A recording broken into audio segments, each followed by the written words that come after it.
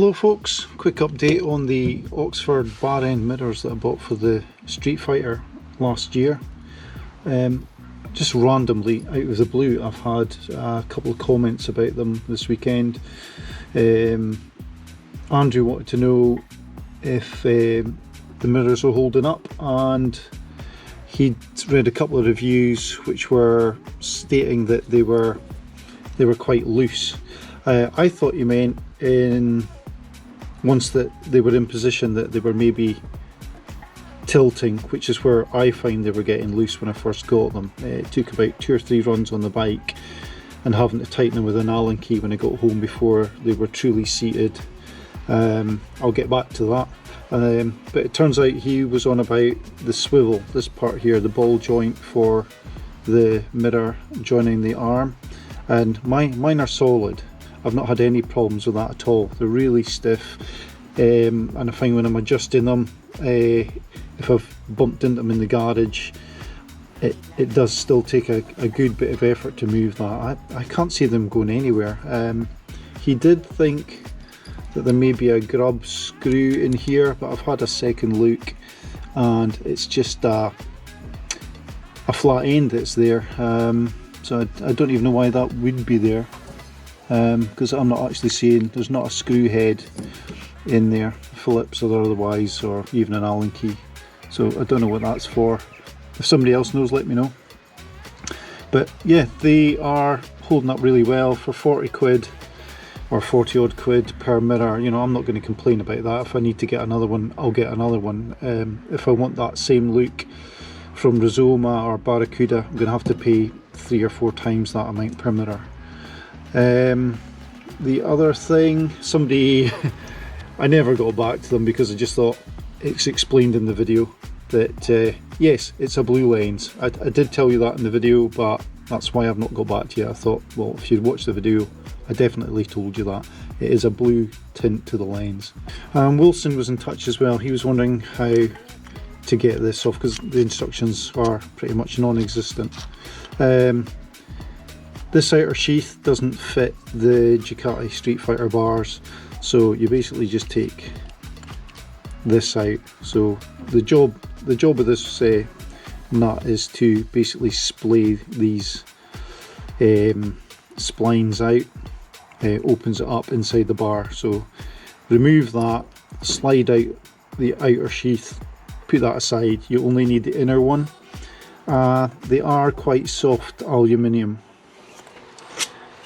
If I show you that, they are soft aluminium, so, and they're knurled, so they will grip, but you have to use your Allen key to wind this on a lot more than you'd expect to before they actually bite.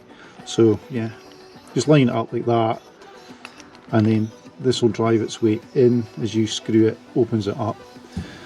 Soft metal, you know, that's probably the downside to these. It would have been nicer if they were like a mild steel or something, because the aluminium's quite soft. But they are only 40 odd quid, you know, that's what you've got to remember. They are 40 odd pounds, they're not silly money. So, you know, you get what you pay for. So I'm happy with them. I'm still, you know, they're not amazing, they're not state of the art, they're not the quality of something that's going to cost you about £130 per mirror, but you know, what you expect. So yeah, I still stand by them. I think they're worth the money. Right, so mirrors back on, and I mean, look, you can move these mirrors, but it's not like the wind's going to move them. You have to put a bit of effort into it. So they're not bad. They're not. I don't know if they're as solid as the ones on the 790 here. They feel a bit more solid, but you do have to put in some effort. They're not. I don't understand how people are putting these reviews in unless they've made some changes since the complaints went in and I've got an improved set. So the only real issue I had was after the first couple of runs, after fitting the new mirrors, they were actually pivoting down here I wasn't having any issue with the mirror itself. It was more on the bar end side of things. They were becoming loose and moving. So what I did was I stashed an Allen key in here. It's still there, so that if I'm out and it was needing adjusting, I had a tool with me the right size to do that. And I think 2 or 3 times I had to adjust those on runs, and then I've not had to do that since. They've been holding up pretty well. So yeah, I'm happy enough to recommend these mirrors. They've done maybe 1,000 miles, 1,500 miles, something like that, since I've mounted them, and I've not had any problems with them folding in or any of that after the initial adjustments here on the bar end.